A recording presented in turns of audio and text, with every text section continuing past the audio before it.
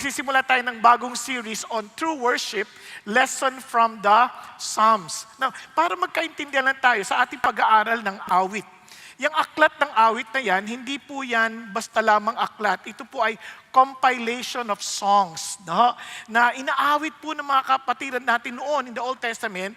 They compiled that, kaya po hindi siya divided into chapters.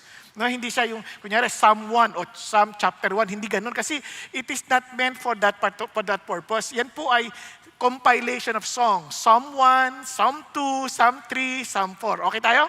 So para lang magkaroon tayo ng konting idea, paano ang approach dito. So sometimes you don't need to read it literally kasi kanta yun eh. Parang kunyari, minsan may mga nagre-reklamo, bakit ganun yung kanta? You don't want heaven without me. Parang ang selfish naman. Sa totoo lang, pagka may mga pag poetry, may ano yan eh, may mga expressions yan na hindi literally kinukuha. For example, when you say, God cover me with your pinion. Kunyari, pinion. May pakpak ba si God? Huwag nating iisipin ganun. Kasi it's an expression na parang ibon na nagpoprotekta sa kanyang mga inahin. Inakay. Sorry. Baliktad. Inakay. Di ba? Nakuha nyo? Parang, so when you interpret, hindi siya basta ini-interpret ng kapareho ng iniisip natin. Okay? So we need to look at it as a song or as a poem. Okay po? Now, ito po, bakit true worship? Now, kwentuhan ko muna kayo bago kayo matuloy na matulog. Meron pong mag-asawa dahil first time niya, yung asa anak nila, nagkakasal lang, so they joined them for their Thanksgiving celebration. Kakaroon sila ng pagdiriwang kasi ng Thanksgiving sa Amerika eh. Ngayon, ang uso doon, yung magluluto sila ng turkey. Yung turkey sa Tagalog, pabo. Okay? Pabo. Ngayon, di nagluto sila ng pabo. Ngayon, nagtaka yung nanay. Sabi niya, nagtataka sila, anak, bakit yung pabo? Nakatakip pa yung drainer. Ito yung parang kumbaga, yung pinaglulutuan para ma-drain yung oil. Bakit nakatakip doon sa pabo? Sabi niya, mami, ganun kita nakita eh. Nakita ko tuwing magluluto ka ng pabo sa bahay, tatakpan mo ng drainer. Sabi niya, bakit? May pusa ka ba? Hindi yun nakuha, no? Ayan. Ang hindi niya naintindihan, kaya may takip. Kasi nga may pusa, baka kainin. Akala niya, yun ang sikreto kung bakit masarap yung luto ng nanay niya. Kuha niyo na. Sinasabi ko eh. Nadali ako dun Alam niyo, kaya ako kwento sa inyo yan, kasi meron tayong ganong karanasan, meron tayong ganong, yung kumbaga, tendency. Ginagawa natin ng isang bagay, hindi natin iniintindi bakit natin ginagawa yung ginagawa natin. For example, kunyari lumaki kayo na nagpupunta sa service katulad nito. Bakit pa tayo kailangan pumunta ba doon? Ba't hindi na lang sa bahay? Ba't hindi na lang online? Bakit kailangan magbihis pa tayo? Ba't hindi na lang dumating tayo doon as we are? Di ba? Bakit kailangan alas 3 pa? Pwede naman sa umaga, alas 9. Siyempre pwede naman talaga. Mas gwapo doon sa hapon. Hindi. Yung katabi ko, mas gwapo. Yung ganun ba? Baka makarinig yung iba. Nakakahiya. Nakakasuka. Anyway, so balikan tayo. So parang, bakit kailangan doon? Bakit kailangan itaas ang kamay pag kumakanta? Bakit yung iba umiiyak? Iba, ba't ginagawa natin yon? Bakit may kakantang masaya? Mamaya malungkot naman, tapos mamaya masaya na naman. Ano yung mga baliw? Nakuha ninyo? Sometimes we're doing things without really understanding why. Kaya ngayon, kaya importante ho yun. Ano pa talaga yung worship? Kaya nga, ang tanong ko sa atin, ano ba yung totoong worship? What does it really mean? Di ba? Kayo, kung tatanungin kayo, ano ba yung worship sa inyo? Di ba? Yung word po na worship ay galing po sa salitang proskuneo. Ito po ay ang pagyukod. Yung yuyukod kang ganyan, talagang luluhod ka, parang talagang papakita mo yung halaga ng iyong sinasamba. Buti nakatayo pa ako. Anyway, kinakabahan na ako, bakit di ako makatayo eh. Anyway, so ito na, pinapakita mo yung superiority ng iyong sinasamba. Ngayon, yung pong sa salitang Ingles, worship naman. Worship, yung halaga. Noong yung pinapahayag mo yung kanyang, yung nire-recognize mo, yung value ng iyong sinasamba. Now, ito ang surprising. Lahat ng tao, whether you admit it or not, aminin mo man o hindi, lahat tayo merong sinasamba. At ito ang malungkot na realidad. Yung sinasamba natin, magiging kamuka natin. Yun ang sabi ng awit, 115. Kasabi niya, kung yung sinasamba mo pera, magmumukha kang pera. Kaya pag sinasamba mo ay yung mga bagay-bagay na alam mo naman, it affects us. Kaya nga may nagsabi, kung hindi ako nagkakamali, si Timothy Keller yun eh. Sabi niya, if we worship God, it humanizes us. Ibig sabihin, lumalabas yung essence ng ating pagkatao. Pero pag mali yung pagsamba mo, it dehumanizes us. Pag mali yung pagsamba, nawawala yung sense of value ng ating pagkatao. Kaya napakahalaga ng sinasamba. Kaya lang, kung hindi natin alam, naku, patay tayo. Kaya maging si Jesus Christ, nung pumunta sa Samaria, nakatagpo niya isang babae. Yung babae, nag-iigib sa katanghalian ng tapat. At sabi ni Jesus, penging tubig. At pagkatapos ng humingi siya ng tubig, sabi niya, kung alam mo lang, yung humingi siya ng tubig, can give you water na hindi ka na mauuhaw pa. So, sa buhay natin, yung kinauuhawan natin speaks about what we worship in life. Nauunawaan po. At bawat isa sa atin, may kinauuhawan tayo eh. Minsan hindi nga natin ma-identify, saan ba ako nauuhaw? I'm looking for something. Kaya sabi ng babae, ibigyan mo ako ng ganyang tubig kasi parang sa ganun, hindi na ako mag-iigib. O sige, tawagin mo yung asawa mo. Nagulat, sabi niya, wala po akong asawa. Yan na nga. Tama ka, sabi niya, wala kang asawa kasi yung kasama mo ngayon, hindi mo asawa. Kasi meron kang 5 asawa. 5 na. So, dito pa lang, makita mo yung kinauuhawan niya ay relationship. Naunawaan po. Uhaw siya sa relationship, kaya naman sabi niya, kaya yung kasama mo, 5 na naging asawa mo. Yung kasama mo, hindi mo pa nga asawa eh. So maraming ganyan. So hindi natin alam, yung iba sa atin, we are hungry for recognition, we're hungry for attention, we're hungry for praises, we're hungry for love. Ang dami nating kinauuhawan, kaya nga sabi nga ni Randy kanina, di ba?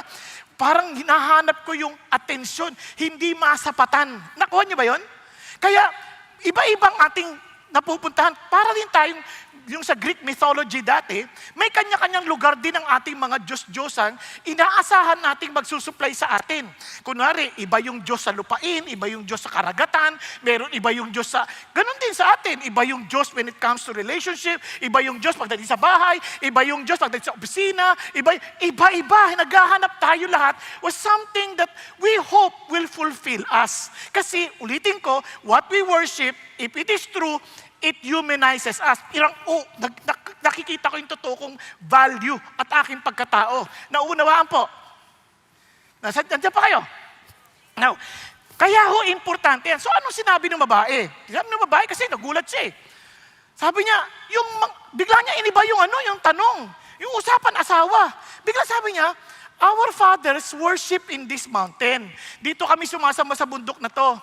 At yung mga tao ninyo sa Jerusalem, saan doon sila daw dapat mag-worship? Now, listen, anong relasyon nun? Biglang tungkol sa asawa, biglang worship. Kasi ganito yan. Kung tama yung worship ko, bakit ganito yung buhay ko? Naintindihan natin. Kasi yung worship natin, it will affect the way we live. It will affect the way we see things. Kasi sabi niya, kung tama yung buhay ko, bakit ganito ako? Lagi ako naghahanap ng karelasyon. Nagkakaintindihan? So sabi niya, tama ba kami? And look at what Jesus said. Jesus said to her, woman, babae, maniwala ka sa akin. Dating ang panahon, at hindi na yan sa bundok na yan, o sa Jerusalem, sasamba kayo sa aking ama, sabi niya. Sumasamba kayo dahil hindi nyo alam. Pero kami mga Hudyo, sumasamba kami dahil alam namin, dahil yung kaligtasan nanggagaling sa Hudyo. Ibig sabihin, the message comes from the Jew. Now, itong sinabi niya ngayon. Pero darating ang panahon, sa katunayan, ngayon na ngayon. Sabi niya na yung totoong sumasamba ay sasamba sa Ama in spirit and in truth. For such people, the Father seeks to be His worshipers. God is spirit, and those who worship Him must worship in spirit and in truth. Ano sinasabi ni Jesus? Yung Diyos na sinasamba mo is spirit. So it cannot be confined in a place. Nandiyan pa kayo, na? Hindi mo siya pwedeng ikulong. Kaya, time will come, hindi ka na mag-worship sa bundok na yan. Kasi, ang hinahanap ng Diyos, hindi worship, kundi yung totoong worshiper. Akala kasi ng tao, basta sasamba ako sa Diyos, okay na yan, please sa God. Hindi! Kung hindi ka yung totoong worshiper, kahit mag-worship ka ng gusto mo, hindi yan. Anong ibig sabihin? Huwag kayo matutulog. Importante ito. Yung true worshiper must worship the Lord in spirit and in truth. Now, you need to understand this. Ito medyo theological. Pakinggan nyo na mabuti. We are dead in our trespasses and sins spiritually. So how can we worship God in spirit? Patay tayo. Kaya inseparable yung spirit and in truth. Hindi mo pwedeng paghiwalayin. Kasi the moment the spirit is alive, truth is there. If the truth is there, the spirit is alive. Kaya yan ang sinasabi ni Pablo ganito. Yung mga nasa laman, hindi nila mapiplease ang Diyos. Kahit magtirapa-tirapa ka dyan. If you're doing that in the flesh, hindi mo mapiplease si God. However, you are not in the flesh, but in the Spirit. If indeed the Spirit of God, pakinggan nyo Spirit of God dwells in you. Kapag ang Espiritu ng Diyos nasa sa iyo, then you can please God kasi we are not in the flesh. But if anyone does not have, ang galing pinagpapalit-palit niya, the Spirit of Christ, the truth, Jesus is the truth, he does not belong to him. Kung wala si Jesus sa'yo, wala yung Espiritu ni Christ sa'yo, hindi ka kabahagi niya. Tama ba? Andiyan pa kayo? Now, if Christ is in you, though the body is dead because of sin, yet the Spirit is alive because of righteousness. So what does it tell us?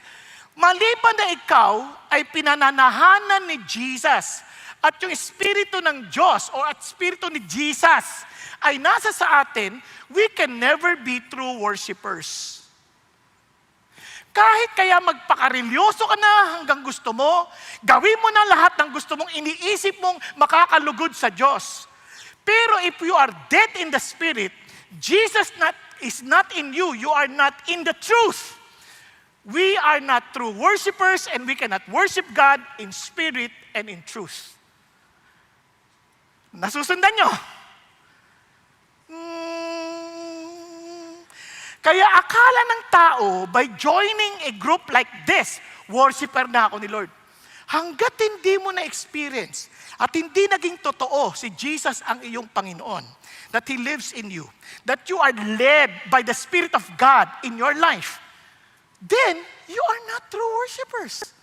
Kaya nga ang Kristyanismo, ito, I've been crucified with Christ, it is no longer I who live, but Christ who lives in me. Ang totoong Kristyanismo, hindi yung, Kristyan ako, hindi. Does Christ really live in you? Are you living for Christ? Kasi marami, religyoso. Diyos, mahilig sila sa Diyos, nananalangin, pero hindi si Kristong nabubuhay sa kanila. Kaya pagtalikod, demonyo ulit. Nakuha ninyo? Nakita ko yun, kaya tinan nyo nung minsan pinagsalta ako sa isang ahensya ng pamahalaan, hindi ko na sa inyo sasabihin kung saan yun. Saan, wag na lang. Muntik na! Si Renato kasi. Muntik na. Bakit ko sinabi? Sabi sa nung una magsasalta ako, sabi niya, Pastor, pwede kayo magsalta ng 30 minutes. Ganun ba? Nung nandun na ako, magpa-plug ceremony, Pastor, sabi nung commissioner, lang daw po, 5 minutes lang. 5 minutes. Okay. Aga-aga nun, plug ceremony yun eh. Pagdating ko doon, sige. Ito lang sinabi ko. Tayo po mga Pilipino, tayo pong lahat ay maka-Diyos. Pero wala tayong takot sa Diyos. Nakita niyo yung difference? Sabi ko, lahat. Naalala ko, minsan pag may crossing, nag-aantanda tayo. Pero hindi naman tayo nagtatanda. Nakita niyo yung difference? Andiyan pa? Ulitin ko hindi po ako against nag-aantandang ganyan. Hindi ako against yan kasi if it reminds you of the Trinity, praise God. Pero kahit gawin mo yan, kung di ka naman nagtatanda, wala din yan. Nakuha. Kasi marami. Kaya parang ganito yan. Tay, alis na po ako. Magmamano pa. Para saan yung mano? May God bless you. Tama ba? Pero, ditong baon, nakakainis. Oh, paano ka naman be-bless dyan? Nagre-reklamo ka na sa baon. Di ba? Ito lang, hindi yung nabaon sa akin. Kala mo, paano pamubuhay dito? Tapos gusto yung be-bless. Punong-puno ng galit sa puso. Wala yon. Kaya maraming tao ganyan. Meron silang maka-Diyos, pero walang takot sa Diyos. Alam ko yan. Kasi yung mga nagdadrive, ako, driver din ako. Naalala ko nung nagdadrive ako ng jeep napapreno akong bigla Minura ako ng pasahero DPI ka? Nagpe-pray ang tao? Hindi ka nag-iingat? Ay, sorry, nagpe-pray pala siya. Pero nabura ako ng katakot-takot. Ang saya-saya. Di ba? Nakuha niyo ibig sabihin? Lahat yun, maka-Diyos, walang takot sa Diyos. Naunawaan na natin. Kaya nga, malibang mabago yung puso at magkaroon ng buhay sa Espiritu, we cannot worship God in spirit and in truth. Kasi it's no longer on the mountain. Kasi wherever you go, your life is a life of worship. Because God is not looking for worship, He's looking for true worshipers who will worship Him in spirit and in truth. Are you following? Now, dito na tayo ngayon. Kaya naman, if true worship, get real. True worship, sabihin sa akin, true worship, get real. Okay? Maging totoo ka. Yan. Yung real na yan is an acronym. No? R-E-A-L. Pero bago yan, ano nabasa natin kanina? Binasa natin kanina, no? Yung Psalm 100. Pero this time, you will read it silently and very fast kasi time is running fast. Okay? Silently. Para mabilis kasi mabagal ang bibig. Okay?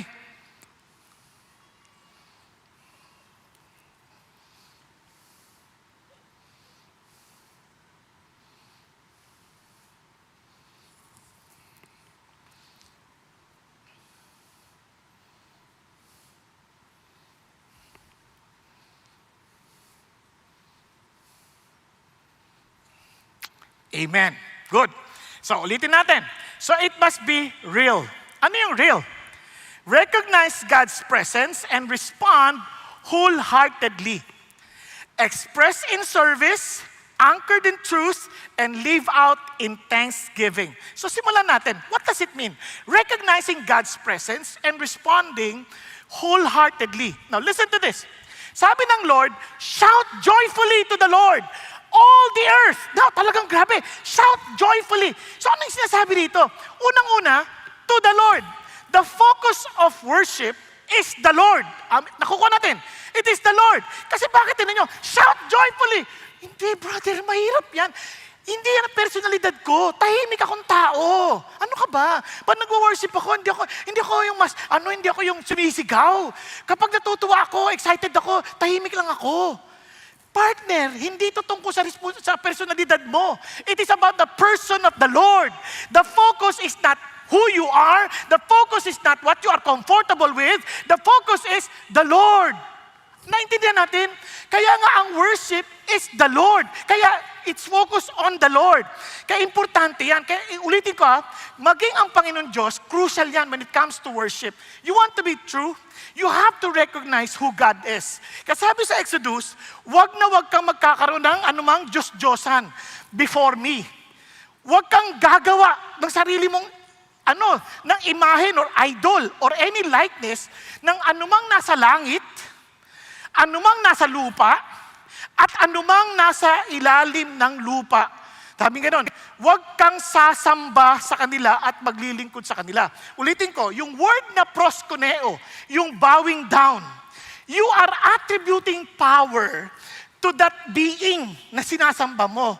Kaya ka nga yumuyukod The mere fact that you are asking, attributing power to that object. Kunyari, Lord, iligtas mo ako. Pag in-attribute mo yung pagliligtas, yung security mo to an object or to anything, that's worship. Kahit anong explanation mo na hindi ako nagwo-worship, worship yan. Kaya nga sabi niya, you shall not bow down. You shall not worship. Sabi niya, partner, hindi naman madaling mag-worship nang hindi mo nakikita eh. Remember, God is Spirit, mahirap hindi ko makikita. Kaya ginawa ko yan dahil mahal ko si God. Gusto ko lagi ko siyang kausap. Listen, if you do that, listen, tinan niyo, you shall not worship them or serve them, for I, the Lord your God, am a jealous God, visiting the iniquity of the fathers on the children, on the third and fourth generations. Look at the words, of those who hate me. Kahit sabihin, nire-represent yan si God. I don't care. God is saying, mahal ko si God eh. Kaya ako yung sinasamba kasi nire-represent niya si God. Hindi nga. Sabi ng Lord, you shall not bow down to them. You shall not worship them. You shall not serve them. You shall not attribute anything that pertains to God alone. Kasi if you do that, even if you say you love God, God says, you hate me. Nakuha natin? Kasi minsan, lagi, di, mahal na mahal ko si God. Pero bakit hindi mo ginagawa yung pinagagawa ni God? So hindi mo siya mahal. Galit ka sa kanya. Di ba? Parang anak yan eh. Mami, I love you. O sige, maghugas ka ng plato. Nakakainis ako maghugas ng plato. Nakakainis ako maghugas ng plato. Asan yung love dun? Lagab-lab yun. Di ba? Marami ganun. Parang biglang, Mami, I love you. O Daddy, I love you. Uy, sino yung boyfriend mo? Papa, don't preach. I'm in love. Di ba? Anong love dun? Walang love dun. Nakuha ninyo? You are lying. You hate your dad. Nakuha? Love yun sa damdamin. Love yun sa bibig. Pero hindi sa aksyon. Kasi love is action eh. Nakuha natin. Ngayon ito problema. But showing loving kindness, ang sarap na 2000s. To those who love me and keep my commandments. So ito po. Kaya when we come to God, we need to come to God in faith. And in faith, assurance of things hoped for, the conviction of things not seen. Alam mo nandiyan si God kahit hindi mo nakikita. That's faith. At yung mga noon, men of old gained approval. Kaya nga sabi ni Lord, without faith, it is impossible to please Him, for he who comes to God must believe that He is and that He is a rewarder of those who seek Him. So when we come to God, naniniwala tayo by faith. Andyan kayo dahil sinabi mo that you are everywhere, then I'm here, I'm coming to you because I believe that you're listening to my prayers. Nakuha? Nakuha? Tanong mo yung katabi mo, naniniwala ka bang nandito si God? Naniniwala ka na nandito ka para makinig sa sasabihin ni God through His messenger? Ba't ka natutulog? Bakit ganun? Kasali ba yun? That's right. Yun yung expression ng faith eh. Andiyan pa tayo. Ba't tulog kayo lahat? Nakuha natin. No, tuloy tayo. Huwag kayong mag-alala, hindi ko kayo pinatatamaan. Sinasabihan ko lang kayo diretso. No, tuloy nyo. Shout joyfully to the Lord. Ang sabi pa, sumigaw ka ng masaya sa Panginoon. Tingnan nyo, all the earth. Wow. Isipin nyo, di ba enter His gate with thanksgiving? Yung gate na yan sa temple. Isipin mo, nasa Pilipinas ka. Lord naman, ang hirap bumiyahe. Sasamba ako sa'yo. Ang hirap ang layo ata. Mahal-mahal ng pamasahe. Ano ba yan? Kapatid, ang ibig sabihin, kung yan si God ay God mo, hindi issue pera. Hindi issue distansya. Hindi issue pagod. Hindi issue ano man ang pinagdadaanan sa buhay. Because God is God. Are you following? Kaya nga nagkakatuwa tayo sa atin, masaya tayo kasi hindi natin alintana ang mainit na panahon. Di ba? Pero nyo, tinawid nyo yung init ng panahon kasi at least iniisip nyo, malamig dito, masarap matulog. Ay, hindi kayo. Joke lang. Hindi kayo. Masamang tao ko. Yung iba, siguro sa 6 o'clock. Pero what I'm trying to say is this, kahit matraffic, ang hirap ata mag-park. Kaya ako blessed na blessed ako sa inyo kasi hindi madaling mag-park. Minsan nga palabas ka sa parking alas 8 na ng gabi Di ba? Hindi madaling mag-park. Nakakainis ang mga tao. Kaya ang worship has nothing to do with people. Hindi pagpunta mo rito, ay, si Pastor Pong, uwi na tayo. Ayoko dyan. Ang taba dyan Gusto ko yung payat may bigote. Diba? May ganun tayo Wow, wag ganun. Minsan nga magsabi pa sa akin sa baba, Pastor, may mga umuuwi pag hindi ikaw. Akala matutuwa ako. Naiyak ako eh. Ay, ganun. Sayang.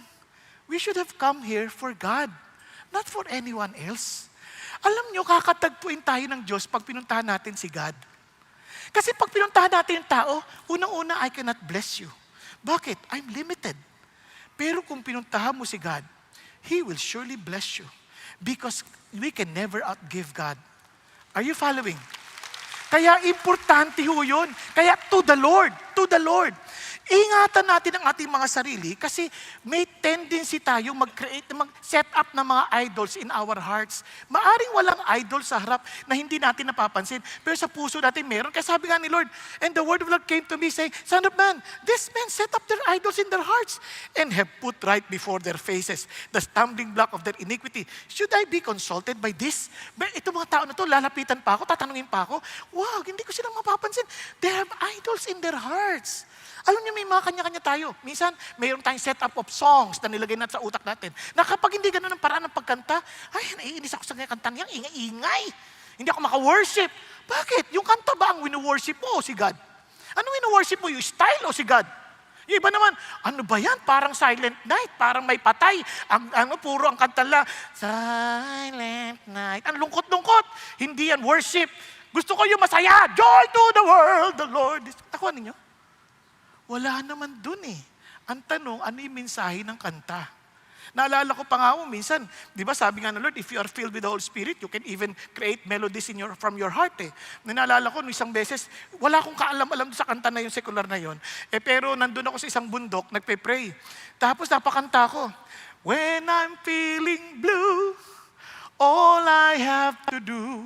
Sasabihin nyo, pag may nakarinig na kagad doon, sabi, uy, grabe naman to si Pastor, kinakanta si Lord kung ano-ano. Sinasabi, when I'm feeling blue, all I have to do is worship you, my Lord, Jesus Christ, my King. Oh, pangit ba? Oh, sabi sa'yo, hindi. Kayang mag-create ang puso ng papuri sa Diyos. Kasi yung tono, hindi naman pag-aari ng demonyo yan. Pag-aari ni Lord. Nagkakaintindihan tayo. Kaya doon pa lang, alam mo na kagad. Kaya sabi niya, wow, Lord, sabi niya, should I be consulted by these people? Na gusto niya i-test kung sinong Diyos. Kasi ito, madali tayo matukso sa Diyos-Diyosan, ha? Bigyan ko ng mga test. Presence and time. Ano yung bagay o tao o ano na talagang nakakalimutan mo oras pag yun ang kasama mo? Ayan. More or less yun ang priority ng buhay mo. Para mo na rin siyang idol. Di ba? Kapag nanonood ka ng yung basketball, ay, naku, overtime na naman. Hindi ka alis, overtime na, triple overtime na, sobrang tagal, pero hindi mo inalintana ang oras. Ang saya. Tapos dahil kung nanalo pa yung team mo, yes! So, sigaw ka pang ganyan, di ba? Tama? Pag sa Lord, tagal naman ito, overtime na to. Sobrang overtime na. Alas 5 na! Ano ba yan? Inoorasan. Tapos, nung tapos na, kakanta pa! Ang hirap ng lumabas. Bakit ganun? Pero pagkalaro, na gustong-gusto mong laro, overtime ng overtime, ang ganda ng laban. Grabe! 3 overtime. Ang saya, tas nanalo kami! Diba? Tama? Dito, hindi pa nagsisimula, overtime na. Di ba? Masarap nun paggising mo, uy, haba ah.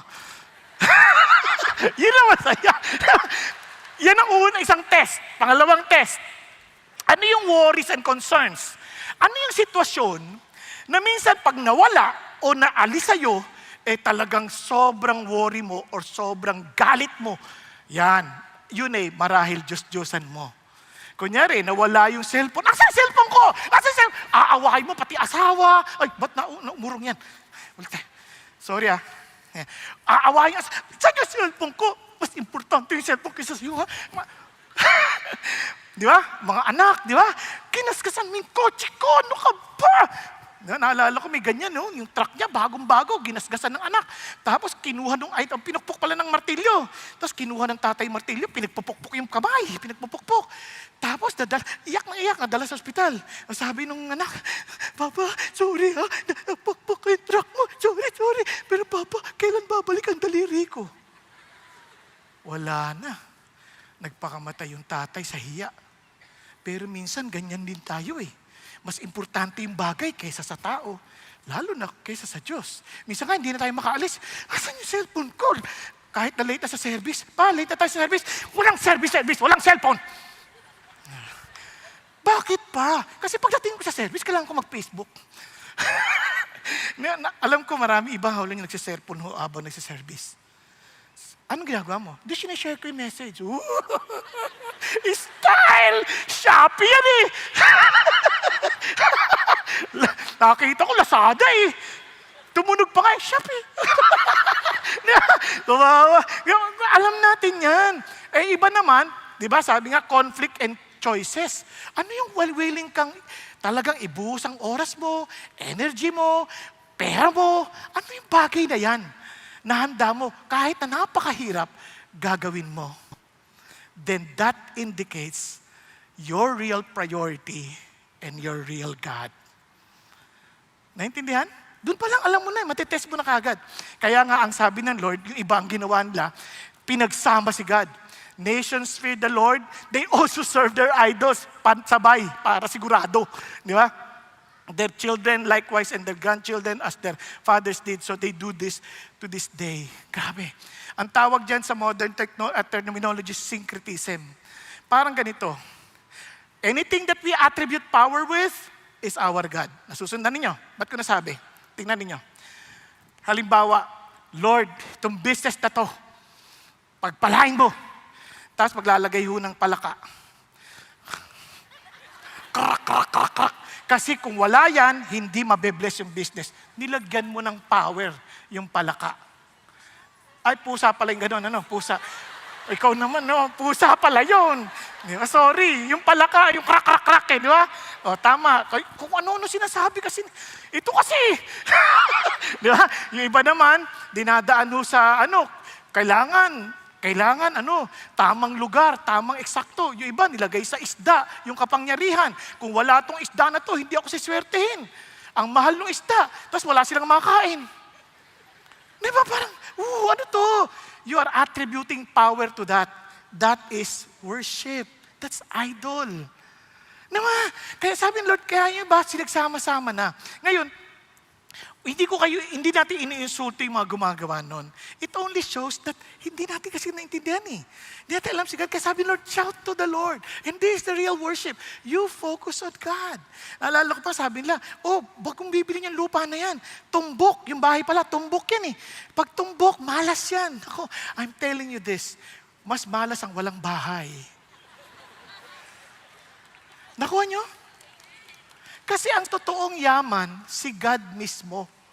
If you trust God, yung bahay, siya ang magpoproteksyon sa atin.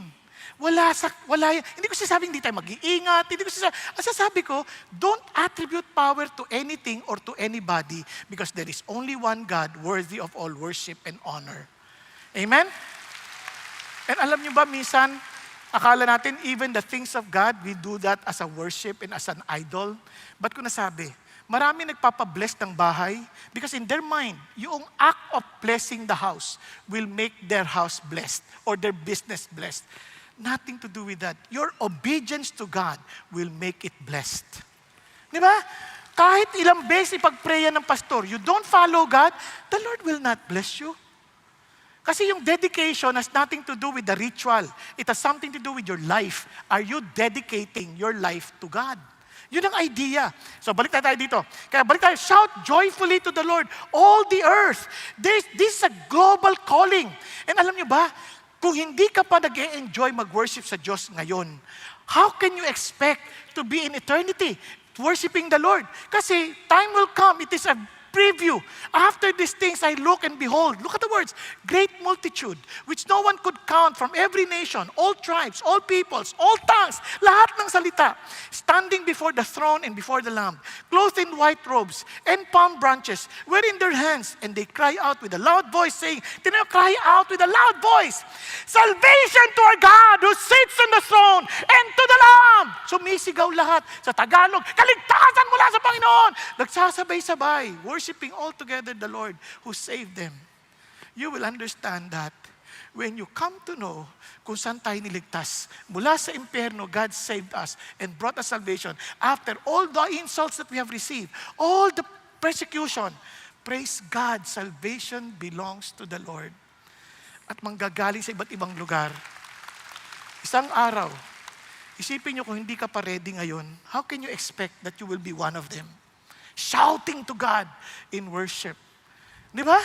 Doon pa lang nakikita na natin. Kaya may saya, may sigla. Kaya maging si David, when he worshiped the Lord, when he brought the Ark of the Covenant to them, sayaw siya, wala siyang pakialam. Ano sinasabi niya? Si Michal, nako, galit na galit. Sabi niya, anong ginawa mo? Nakakaya ka. Sabi na David, hindi ako mapapaya kasi I was thankful to the Lord because He chose me before your families. Si Michal, hindi na nagkaanak. Bakit? Because she despised the goodness of the Lord. Kaya ulitin ko, tandaan nyo to. The aim of worship is not to please the worshiper. Hindi yung katabi mo, hindi issue yan. Hindi yung pastor, kundi si God. Hindi ano yung sasabihin ng ibang tao o ng D-group leader mo, kundi si God. Naunawaan. Yun ang priority natin. Kaya sabi niya, but to honor the one being worshiped. Tingnan nyo to, panoorin nyo itong video na to para maintindihan nyo lang na nangyayari to sa atin. Minsan ganito tayo pag nag-worship. Panoorin po natin to. Saya, ganun sana mag-worship, di ba? Talaga, grabe, ang saya-saya. Pero hindi common na, saya tayo, masisigaw tayo sa Panginoon ay nag-worship na. Kasi pagkatapos niyan, ganito na ginagawa natin. Habang nakikinig tayo sa salita ng Diyos, tandaan ninyo, may gera. Ayan, tinan niyo may kalat ng chewing gum sa ilalim. Sino nang gaganyan dito? Kaya, para sa Lord yan eh. Di ba? Tapos mamayang konti, ganyan na. Dahan-dahan ng inaawitan ng ng lalabay. Di ba? Kahit anong sayaw mo, sigaw mo, kung hindi rin talaga nakafocus kay God, wala din. Kaya, hindi mo lang alam, pinatutulog ka na ng demonyo. Di ba? Ang lungkot. Tapos, siyempre, nasabihin sa'yo, uy, gumising ka, nakakaya. Di ba? Merong pupuna sa'yo. Kaya wag mo ipahiya ang pamilya mo. Pero, wala pa rin, tulog pa rin. So, ilalaban mo naman. Ilalaban mo naman. Para nakikipagtimba ka sa Diablo. Diba?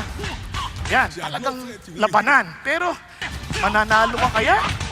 Ha? Kung wala talaga ang Espiritu ng Diyos, wala. Yan ang kakalabasan mo. Para ka na-choke. Diba? Hanggang sa tulog ka na. Yan. Wala na.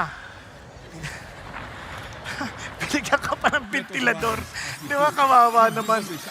Tapos, nagwa-worship ulit sa Lord. Alam nyo, bago ka umalis, alam mo, hahalikan ka pa ng Diablo eh. Di ba? Yan sinasabi ko eh. Kaya alam nyo kapatid, hindi ito pagpakitang tao. It is the reality of the heart. Amen? Now, number 2, get real. Express in joyful service. Sabi ng Bible, serve the Lord with gladness. As in, come before Him with joyful singing. Lahat ng ating ginagawa, if we say that we are doing this to serve God, I'm singing to the Lord. Ano gagawin niya? Then do it joyfully. Do it with zest, with enthusiasm. Kasi para sa Diyos ito, I'm not singing to people. I'm not doing this for the sake of my dad and mom. Hindi, para sa Panginoon to. I don't care. Basta ito between me and God. Kaya nga, come, serve the Lord with gladness. Alam niyo po ba, katulad ng sabi ng Bible, if we truly understand what the Lord did to us, yung last message, how Jesus Christ sacrificed to save us, if we truly understand that, ano sabi ng Bible? Sabi niya, therefore I urge you, brethren, by the mercies of God, knowing that God saved us by His grace from chapter 1 to 11. Sabi niya, to present your bodies, your live as a living holy sacrifice, acceptable to God, which is your spiritual service of worship. Whatever we do, that's worship. Kaya yung word na avoda at saka yung word na worship, pareho yun. Yung work as an avoda at saka yung worship, yung service sa Lord. Kaya yung worship is not confined on a Sunday. Ito po ay tuloy-tuloy. Yung Sunday is a corporate worship, then yung every day of our lives is a service to God. Kaya sabi ng Panginoon Diyos, tinan nyo, napaka-importante. Sabi ng Lord, sabi niya, whatever you do, do your work, what? Heartily, as for the Lord. You're doing it to the Lord rather than for men, knowing that from the Lord you will receive the reward of the inheritance. It is the Lord Christ whom you serve. Nagluluto ka, that's worship. Bilang nanay, serving the husband, worship. Yung po bang nasa eskwelahan ka, doing your assignment, giving your best, that's worship to the Lord. Yung bang nasa teacher ka, you're doing your best teaching to make sure that these students would learn because you're doing it for the Lord, that's worship. Nag-aalaga ka ng anak, that's worship. Giving your best as parents, that's worship. Everything we do is worship. Kaya lahat yung binibigay natin, yung best natin. Kasi we are doing it to the Lord. Naintindihan po? Kasi nga, yun ang idea ng worship. It is not a one-time thing. Kahit anong ginagawa natin, we worship God. So we serve God. Kaya nga sabi ni Joshua, choose for yourself today whom you will serve. Kasi whether you like it or not, you are serving something, someone, or even yourself. Pero ang tanong, sinong pinaglilingkuran mo? Ang sabi niya, whether the gods which your fathers serve, which were beyond the river, yung dati nyo nang nakaranasan, yung dati nyo nang, kumbaga, tradisyon, sabi niya, or the gods of the Amorites, yung mga Diyos na nakikita nyo ngayon, mga present times, sabi niya, but as for me and my house, we will serve the Lord. Kaya we can serve God in so many ways. Kanina, in-announce sa atin, you can serve God by being part of the mission God placed upon us in Indonesia, for example. Di ba? Kung, hindi ko kaya yan eh. May training yan. Kaya nga, God gave us leadership in the church to equip us for the work of service. Because that's one way of serving. Serving in the church like volunteering. If you have time, you're volunteering your time, you're volunteering your talent. Ito po ang daming paraan. You can volunteer by serving by prayer, serving in mission, short-term or long-term missionary, serving by giving. Ang daming paraan. Sabi nga nila, kung gusto, maraming paraan. Kung ayaw, maraming dahilan. Pero sa atin, kahit ano man ang ginagawa natin, we are to worship or to give glory to our God. Simpleng pagkain, pagsamba. Naunawaan po? Simpleng pag-inom, pagsamba. Kahit anong bagay, pagsamba. Kahit yan, kasi bakit? Iniisip natin, Lord, I'm doing all of this for you. Kaya ang tanong sa atin ngayon, ganun din. Ano yung ginagawa mo? Are you really serving God? Alam mo, kaninang ganda-ganda ako sa kinento ni Pastor Peter tungkol kay Sidney McLaughlin Levron. Sabi niya, he was the youngest US track and field Olympic athlete. Di nyo, at age 16, na-qualify na siya during the 2016 Rio Olympics. Di siya nanalo doon. Pero she won 4 Olympic gold medals sa Tokyo Olympics at sa Paris Olympics, 2 beses. At siya pa, nakapag-set pa siya ng multiple world records sa 400-meter hurdles. Alam niyo hurdles, no? Yung may harang. Ang bilis, biro mo, 50 minutes and 30. Grabing bilis. Seconds lang ata yan eh. Seconds lang, ang bilis. Sobre, may harang na yun. Talagang grabe, ang bilis. Pero alam niyo, itong amazing part sa kanya, anong sabi niya? Nung in-interview siya, sabi niya, I no longer run for self-recognition, but to reflect His perfect will that is already set in stone. I don't deserve anything, but by grace, through faith, Jesus Christ has given me everything. Records come and go. Sabi sa akin pagtakbo, yung records come and go lang yan eh. Pero ang lahat ng dahilan ng aking ginagawa para sa Diyos. Tanong mo yung katabi mo, ikaw, nagtatrabaho ka ba? Para kanino? Ayan, ang tanong, kanino ka bumabangon? Nescafe? Ngayon ang tanong sa atin eh. Bakit ka masiglang bumangon. Hindi pag bukas na naman Monday, ay, Lunes na naman, nakakainis, bitin ang tulog ko. Teka, kanino ka ba babangon? Para kanino? Kanino mo gagawin yung ginagawa mo? I'm telling you, if it's not God, you will always be demotivated. Kaya nga, yan ay blessing sa Diyos. And again, gandang-ganda rin ako sinabi nun. So one of the most, kaya si Charles Spurgeon, one of my favorite authors. Ano, kakatuwa siya. Napaka-influential niya, ang galing-galing niyang preacher. Doon pa yun, ang kanyang crowd is about 23,000. Ang dami niyang sermons. Ito nakakatuwa. Alam niyo paano siya na born again? Isang araw, sobrang snow, napunta siya sa isang church. Dahil sobrang lakas ng snow, hindi nakarating yung pastor. Ang nandoon, isa sa mga deacon. At yung deacon na yun, hindi pa nag-preach sa tanang buhay niya. First time niyang magpipreach. Ang preaching niya lang ay sa Isaiah, sabi niya, look unto the Lord and be saved. Yun lang. Yan, kasabi niya sa bata, ikaw. Tinuro niya lang si Charles Spurgeon, 15 years old na si Charles Spurgeon nun. Ay, ikaw. Sabi niya ganun. Look to the Lord and you shall be saved. Nang sa ganun, makamalaya ka sa iyong kalalagayan. Surprisingly, that moment, at that very moment, Charles Spurgeon came to know Jesus. Alam mo kapatid, hindi naman kailangan magaling na magaling ka. Ang tanong, yung meron kang binigay ng Diyos sa iyong pagkakataon, will you use that for His glory and honor? And you will see how God will make it grow. Kaya si Charles Spurgeon, imagine, nag-preach sa crowd of 23,000, nakapag-publish ng 25,000 sermons. At maging ang iyong lingkod ay natuto sa kanya. Isa sa mga paborito kong libro niya ay Lectures to My Students. Nagkakaintindihan. Kaya napaka-importante po niyan. Huwag kayong manghinawa. Akala natin, ang litan ng ginagawa ko. Yung isang na-interview, teacher ni Mayor Vico Soto, naalala nyo, na-interview siya. Teacher sa Sunday School. Nakakatuwa. Isa sa mga tapat na leader ho natin ngayon ay si Mayor Vico. Ang palad ng Pasig. Ano Ang palad ng Pasig. Kaya praise God for that. For him. Di ba? Bakit? The influence of the Sunday school teachers, influence of the Christian brothers, influence of teachers. Praise the Lord. Kaya, yung service natin na yun, hindi lang tayo nabibless. Binibless natin ng maraming tao. Naunawaan? Letter A, anchored in truth. Anchored in truth. Tinasabi niya, know that the Lord Himself is God. It is He who has made us, and not we ourselves. We are His people, and the sheep of His pasture. Itong mga katotohanan na dapat natin maintindihan. Know that the Lord has Himself is God. Yung Panginoon na pinagsisilbihan natin, yung Panginoon na namatay para sa atin, sabi niya, maging malapit ka sa Kanya. Yung word na know is to be intimate with Him. At siya mismo yung Diyos. Can you imagine God willing to be close to us, willing to be with us, willing to be known by us? Sino ba tayo? Di ba? Parang kumbaga, kayo nga, sabi mo, punta ka kaya sa Presidente Marcos, sabi mo, gusto kitang maging ka-close. Baka hindi ka pa nakakarating, close na yung pinto. Di ba? Parang, sino ka? Para gusto kitang maging ka-close. Di ba?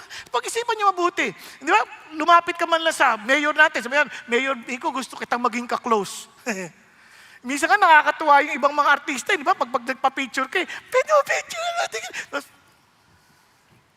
yung ngiti nila parang hindi mo maintindihan. Ay, picture tayo. Pero labas sa ilong. Di ba bakit? Kasi siyempre may pribadong pamumuhay din yan. Pero you cannot just, parang bigla ka lang mag-i-intrude sa kanilang buhay. Hindi ganoon. Kaya nga, imagine, here is the King of Kings, the Lord of Lords, the very God who made us, willing to tell us, know me. That's the truth. You know me. I can become too personal to you. Kaya nga yung word na Abraham, ibig sabihin close. Sa Hebrew kasi pag dinodoble, close kayo. Kaya sabi niya, Moses, Samuel, close kayo. Ang sarap, no? God is calling us to be with Him. Kaya itong amazing part. Kaya yung in the last days, many will come to you, Lord, did we not do this? Uy, pwede ba? Huwag kang mag-Lord yan, hindi ba tayo close? Nakuha ninyo? But God is telling, come, let's be close. That's the truth. That's the truth of God. Now, paano natin malalaman? Bago natin balikan yan, Dan. Ano malalaman? Sabi ni John Stott, all true worship is a response to the self-revelation of God in Christ and Scripture and arises from our reflection on who He is and what He has done. Napaka-importante na makilala natin si God. At alam niyo po ang sinasabi ng Diyos? Ito, I revealed you myself through Jesus Christ, my love. I revealed to you through the Word of God. Eto, kaya nga ho, pag binabasa natin yung Word, hindi natin binabasa yan para dumami alam natin at makipagtalastasan tayo at makipagtalo. We are not studying the Word of God to debate with other people or with other beliefs. Reading the Scriptures is primarily to get to know God and be intimate with Him. Doon nyo mai-enjoy. Kaya minsan di tayo nag-enjoy sa Bible, binabasa natin, ay hindi ko maintindihan. Sabi niya, Abraham begot Isaac. Isaac begot Jacob. Jacob begot Judah. Ang bigat. Hindi mo ma-enjoy. Pero if you begin to understand, Lord, why did you come? Imagine from Abraham down to Joseph, Lord, you planned everything for me. Nakuha ninyo? Come to know God. Alam niyo, walang excuse. Sabihin natin, di ako marunong magbasa. Hindi, it's the matter of the heart. Naalala ko, kwento si Ann Preston. Ang dami ko pang nabasa ibang tao, pero si Ann Preston, pinakapaborito ko. Katulong siya. Hindi siya marunong magbasa. No read, no write. And sabi niya, Lord, I want to know you more. I want to understand your word. Nakaluhod na nagbabasa. Ano po ito? Ano po ito? And ano po ito? And God will teach her how to read the Scripture. And He would quote Scripture by memory dahil sa binabasang dinidikta ng Diyos sa kanya. Kahit sino sa atin, don't think that you can understand the Word because you're intelligent. You come to God with all humility and say, Lord, I want to know you more. Speak to me. Speak to me. I want to understand your word. Speak to me. Hindi yan parang pagalingan, hindi patalinuhan yan. Hindi. Kaya nga sa Mark chapter 7, ito ang minsan we read it based on our, gusto nating interpretasyon. Gusto nating based sa mga natutunan natin in the past. Kasi sabi niyo, tingnan nyo, rightly did Isaiah prophesy of you hypocrites. As it is written, these people honors me with their lips, but their heart is far away from me. Bakit? Because in vain do they worship me, teaching as doctrines of the precepts of men. Ang tinuturo nila, mga doktrina ng tao, ginagamit nila Scripture, interpreting it in the mindset of men. And sabi nga nun, neglecting the commandments of God. You hold to the traditions of men. Yun ang pinangahawakan natin. Minsan mas importante yung nakasanayan na natin, yung tradisyon natin kinalakihan, kaysa sa sinasabi ng Diyos. I remember there was a time, meron kong binaptize. Sabi ko sa kanya, kapatid, bago kita bautismohan, handa ka bang sumunod kay Jesus? Na kung babasahin mo yung kanyang salita, at meron kang ginagawang iba sa tinasabi ng Bible, handa mong talikuran yan at sumunod kay Jesus. Sabi niya, opo, saka ko siya binautismohan. Bakit? Kasi marami, sabihin yun, pero hindi naman handang sundin si Jesus. Ay, hindi yan. Naalala ko, may Bible study ako, sabi, mga babae, magpasakop ko sa inyong mga asawa. Ay, mali yan! Mali yan! Bakit ako magpapasakop itong mali-mali itong asawa ko? Tapos sabi ko, mukhang tama ho kayo. Kasi kayo ang napili niya. Nakuha ninyo? Naintindihan? Kaya minsan ayaw natin sundin ng Diyos kasi meron na tayong nakastalaga na gusto nating gawin. Kaya sabi ng Lord, akala nyo ba natutuwa ako sa, tundan nyo hindi siya after worship He's after true worshipers. Kaya sabi niya sa Isaiah, bring your worthless offerings no longer. Incense and abomination to me. Mismo yung incense mo, abomination sa akin yan. I cannot endure any iniquity and the solemn assembly. Bakit? So when you spread out your hands in prayer, ay, itatago ko yung mata ko sa'yo. Bakit? Kahit na nag-multiply pa, kahit ang dami mong prayer, hindi ako makikinig. Dahil yung kamay mo punong-puno ng dugo. Alam, minsan, tingnan nyo na lang, huwag kayong magagalit Ang Pilipinas, mapagpanalangin tayo, kahit nga rally, prayer rally. Napansin nyo ba yon? Pero during rally, dahil prayer yon, titirahin natin ng mga ibang tao, sisiraan natin ng mga kusino-sino. Pero prayer rally, para tayong nag-aalay ng panalangin ng punong-puno ng galit at dugo ang ating mga puso. Di ba naalala niyo sa Matthew chapter 5? Ang pagpatay, hindi naman yung sinaksak mo lang o binaril mo. Yun lang tingnan mo yung kapatid mo na may panglalait at mayroong parang sinasabi mong hindi yan karapat dapat dito. Yan ay isa ng uri ng pagpatay. Naalala nyo? If you are angry at your brother, yung word na angry doon, distaste. Ba't nandito to? O nabawa lang, nagkakantahan, hindi maganda hininga. Ano yan? Kumakanta pa lakas ang tao pa. May distaste. Di ba? Minsan darating late. Excuse me po, ano ba? Nagwo-worship ako eh. Late. Kakainis. Pag-isipan nyo. Hindi dito sa ibang service. Nakuha ninyo? Minsan nangyari, sabing walang reservation, reserve ng reserve. Ano ba? Christian pa naman? Di ba? Parang nang-iinsulto rin, punong-puno ng inis. Ano kung siya yung nag-reserve? Hindi siya sumunod sa Diyos. Problema niya sa Diyos. Pero ikaw, maging masaya ka sa Panginoon, mahalin mo pa rin ang mga makasalanan. Malay mo hindi siya Christian. Malay mo pinag-reserve yun para mabigyan ng pagkakataon makarinig ng mensahe ng Panginoon Diyos at makilala si Jesus. Naku meron may mga tao naman na minsan hindi talaga, naalala ko may hinawakan akong church. Ang init-init, walang aircon. Sabi ko, palagyan natin ng aircon to. Paano na yan? Di lahat na lang ng tao pupunta dito dahil lang sa aircon at hindi sa Panginoon. Sabi ko, mga kapatid, meron bang pumupuntang taong hindi mananampalataya na ang motibo'y malinis? Kahit naman ng iba sa inyo, napunta rito dahil may crush. Iba kasi nagpunta rito dahil mayroong kakatagpuin sa negosyo. Bebentahan ng insurance. O dahil sa kapagbenta niya, na-born again. Nakilala si Jesus. Nakatagpuan ng totoong insurance. Di ba? Kaya sa halip na kondinahin natin ng tao, ano sabi ng Lord? You focus on God. Kaya minsan hindi tinatanggap ng Diyos yung mga pinagsasamba natin kasi punong-puno tayo ng pag-imbabaw na damdamin. Kaya sabi ng Lord, these things you have done and I kept silent. Kala nyo, katapareho nyo ako? I will reprove you and state the case in order before your eyes. Kasi sabi ng Lord, know that the Lord Himself is God. It is He who has made us. Ginawa niya tayo. He is our creator. He is our provider. He is my God. He cares for me. Kasi hindi walang self-made man.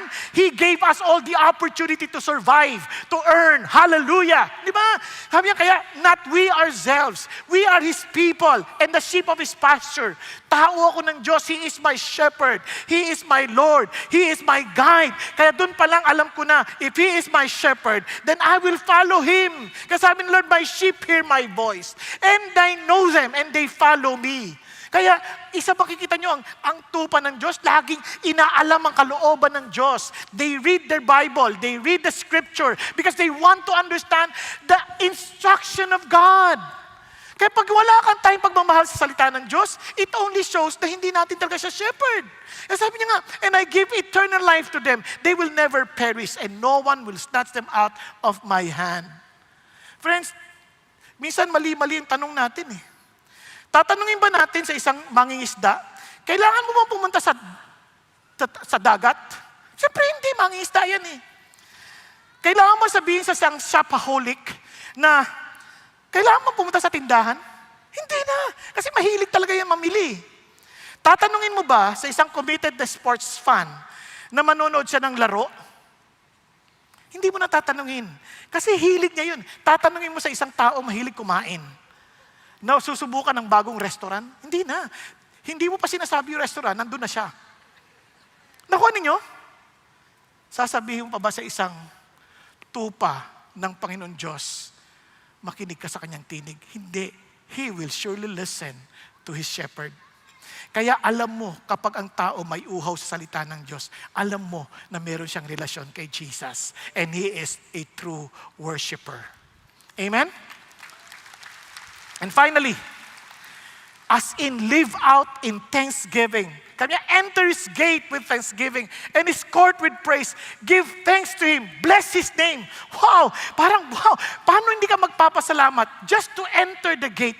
Not everyone is welcome. Not everyone is being invited. Alam nyo, kahit pumunta kayo sa bahay, kami nyo, nag-a-attend ako sa 3 p.m., hindi naman kayo papapasukin ng misis ko eh. Kung wala siyang imbitasyon at hindi kanya kilala. Nakuha ninyo? Kahit na minsan kakilala na, hindi pa agad pinapapasok eh. Baka mamaya, meron ka lang nakatusok sa likod mo na pinipilit kang ginagamit ka para makapasok.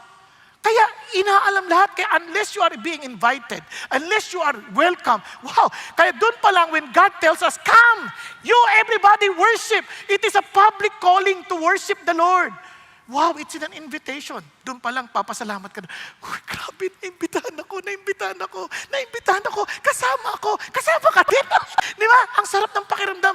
Wow, kasabi niya, encourage his praise. Give thanks, paulit-ulit yan. Give thanks. Alam niyo minsan, dahil sa hindi nasagot yung ating panalangin, hindi na tayo nagpapasalamat sa Diyos, sino sinasamba natin? Yung ating panalangin. Hindi, si God. Tama? Kaya nga itong, alam mo, may papasalamat. Ito din ang nga ho ng isang Sunday school teacher. Kayo mga bata, ano yung pagpapasalamat nyo sa Diyos? Sabi ng babae, Ma'am, ako, pinagpapasalamat ko po na meron akong bedroom. Kasi yung kapatid ko, may kasama siya sa bedroom. Ako lang mag-isa. O, di ba? Thankful siya, di ba? Sabi niya, ikaw, anong pinagpapasalamat mo? May upuan sa Sunday school. Bakit? Nakakatulog ako. Praise God. Ay, hindi kayo, Sunday school yon. At yung isa, ikaw, itong batang to, anong pinagpapasalamat mo? May salamin po ako. Ha? Bakit naman? At least maingat po ang mga kalalakihan. Pag naglalaro sila, hindi binibiglang binabato yung bola sa akin. At yung mga babae naman, hindi nila ako basta-basta hinahalikan. Napaka-serious nyo talaga, no? Hindi nyo nakukuha yung mga jokes. O bali ang aking deliveries. Pero anyway, nakapansin nyo po yun, sinasabi niya. Sabi niya, oh, give thanks. Bakit? Oh, give thanks to the Lord. Bakit tayo dapat magpapasalamat? Call upon His name. We can call upon Him. Ulitin ko. Sino nakakalam ng phone number ko? You cannot call upon me. Nakuha niya? Gusto yung counseling? Hindi niya ako matatawagan. Madalas hindi ko hawak ang phone. But you can call upon Him at any moment. Hallelujah. No issue of distance. No issue of long distance call. No issue. Yung ganon. And make known His deeds. Imagine, He will even explain to you yung anong ginagawa niya. Saan ka nakakita ng Diyos na ganyan, ang tiyaga-tiyagang ini-explain pa sa atin anong gusto niyang gawin. And sabi niya, sorry, bakit naurong? Sorry ha. And sabi niya, speak to Him and look at this. Balik tayo sa verse natin. For the Lord is good. Now listen, yung goodness ng Diyos is not based on our goodness, the judgment. Halimbawa, lumabas ka. Okay? Nakapulot ka ng bag. At nakalagay doon, ang sino mang nakapulot ito, kanya na. Lupit ha? At ang laman, 1,000,000 piso. Good? Mabuti? Mga sinungaling to mga ito. Mabuti. Ayaw nyo lang sabihin mukhang pera tayo eh, no? Mabuti. Siyempre, sasabihin ng lahat, ang karamihan, mabuti. Ngayon, ang tanong, kung hindi mo mahal si Jesus, baka hindi mabuti yan. Kasi baka dahil lang sa 1,000,000 na yan, malunod ka sa bisyo, mambabae, manlalaki, o kung ano man. Tama? Kaya sabi ng Bible, God causes all things to work for good for those who love Him and walk according to His purpose. Nadapa ka dahil pababado sa escalator, wag naman mangyari mamaya. Nabukulan ka. Good or bad? Siyempre bad. Pero nag-service na nga ako, nag-worship po kay Lord, may bukol pa. Paano naging? Again, it's not about the situation. The goodness of God is in His plan. Sabi niya, He works all things for good for those who love Him and walk according to His purpose. And for us to be conformed into the image of His Son, Jesus Christ. Naalala ko may isang pamilya, pabiyahe sila ng Amerika. Sasakay sila sa isang barkang tinatawag na malaking barko. At yung anak nila, before the travel, nakagat ng aso. To make the long story, hindi sila natuloy sa biyahe. Galit na galit siya. Bakit hindi ka nag-iingat? Nakagat ka na sa tuloy na sayang ang pamasahe natin. Hindi na natin marerefund. After a while, lumubog ang barkong Titanic. Sabay niyakap ang kanyang anak. Salamat sa Diyos. Nagpakagat ka sa aso. Naintindihan ninyo? Minsan, hindi natin ang lamang buong kwento. Isang bagay ang tapat tayo. My God is good. My God is loving kind and full of loving kindness, and my God is faithful.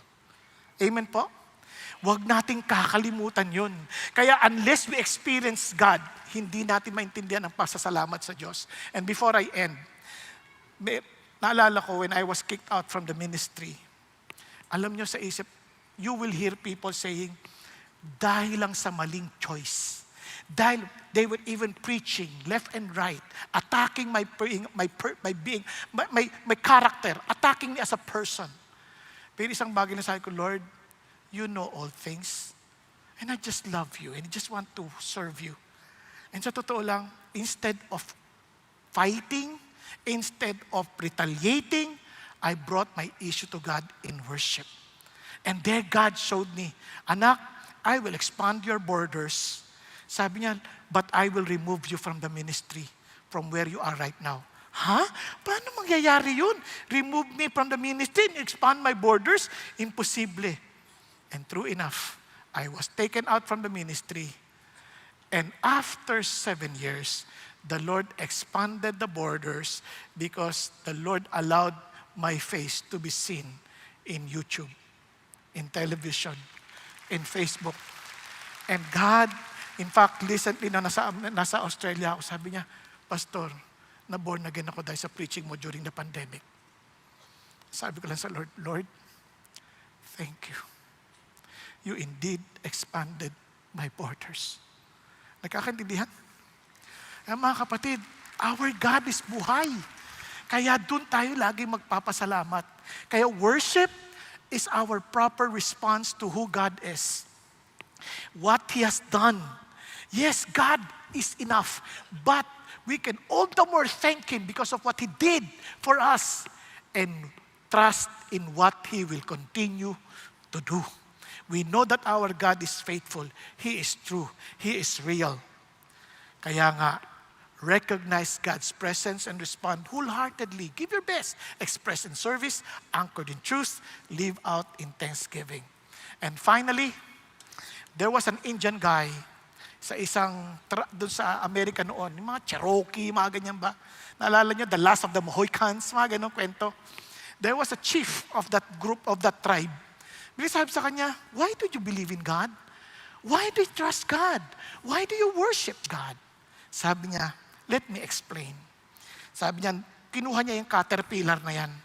Tapos pinaikutan niya ng dayami at sinunog yung dayami. Tingnan mo yung caterpillar na yan. Anong gagawin niya? Wala na siyang magapangan para maligtas. Bigla siyang umakyat. Tumayo. Nakita na kayo yung caterpillar, no? Pinsan tumatayo. Ano siya sabi niya? Look at that caterpillar. Wala na siyang ibang pupuntahan but to seek help from above. That caterpillar knew that there is only one help at yan ay manggagaling sa taas. So what he did, ginagay niya kanyang daliri at gumapang doon ng caterpillar at niligtas niya. Friends, this is what I'm telling you. In this life, if you're just worshiping yourself, worshiping other gods, hindi ka nila matutulungan. They too are being burned. But there's only one God whom we can truly serve and save us. And that is from our above. Call upon Him. Worship Him. For He alone is worthy of all our energy, all of our mind, all of our hearts, and all of our souls. And there you will truly understand what salvation truly means. Remember, God is not looking for worship. He's looking for true worshipers. Tayo po lahat ay yumuko at pumikit sandali. Mga kapatid, are you a true worshiper? Talaga bang si Jesus ang naghahari sa buhay mo? O ang iyong kasanayan?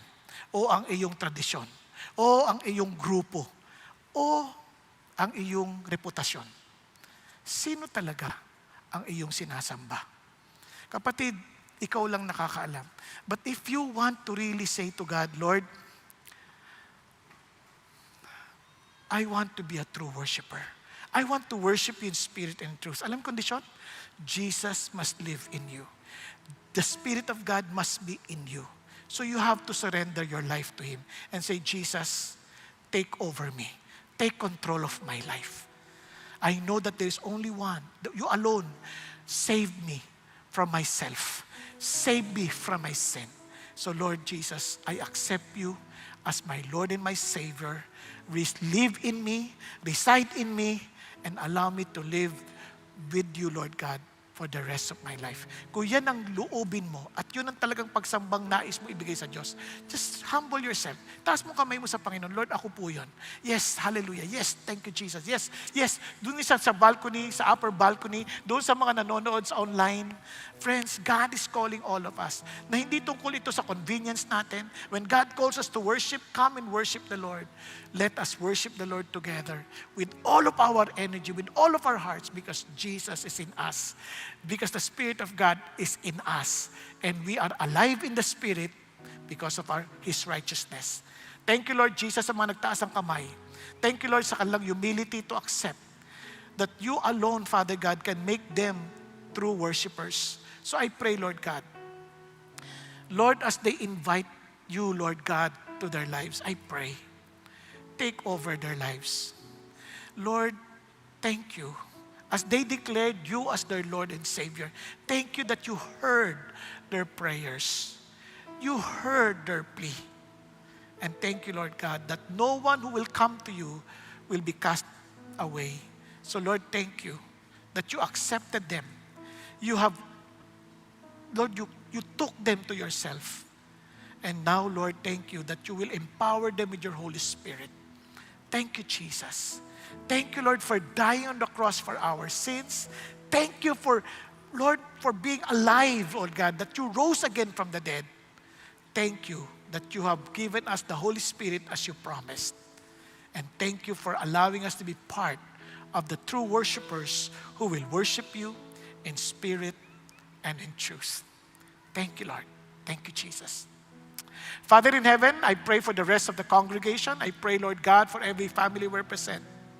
Allow us all, Father God, to worship you with all of our heart, with all of our strength, with all of our being, O God. I pray, Father God, that nothing else, Father God, will take our strength or energy, Father God, but you. You alone deserve to be worshipped. You alone, Father God, to be given honor and glory. Kahit Panginoon, sa lahat ng aming gagawin, maging sa aming pagkain, sa aming pagtulog, sa aming Panginoon, pagtatrabaho at pag-aaral, ano man ang aming gawin bilang magulang, bilang anak, bilang manggagawa, bilang amo,